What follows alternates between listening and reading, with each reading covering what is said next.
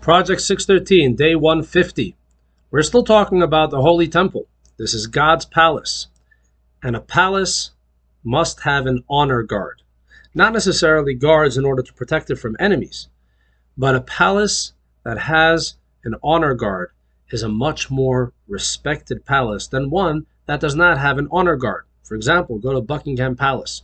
The reason why you have those royal guards standing there in their tall black hats and in their red uniforms is not to protect the king. It's not to protect the royal family. It's not to protect Buckingham Palace. It's there in order to add honor and prestige to the palace. And the Holy Temple also needed to have this honor guard. Who was part of the honor guard? This was a mitzvah for the Kohanim and Leviim.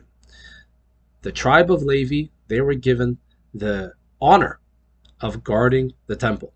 The Kohanim would guard the temple at night from within the temple courtyard confines, and the Leviim, the Levites, would guard the temple outside of the temple courtyard and throughout the temple mount. So it's a positive mitzvah to set up these honor guards, these watches every night. The Levites that were standing guard, they had to be up the entire night. There's a negative commandment. Neglecting to provide this honor guard for the temple is a negative commandment. Moving on to another important mitzvah with regard to the Holy Temple, but it's actually a mitzvah that was done once. There is a special oil that's called Shemen HaMishcha, the anointing oil, and the formula for it is communicated to Moses in the book of Exodus, and Moses was commanded to make this anointing oil in a very specific way, and this anointing oil had a specific holiness to it.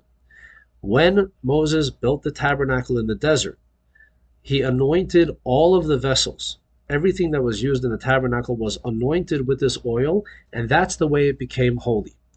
After that, this anointing oil was set aside to anoint the Kohen Gadol, the high priest. The way a high priest was, the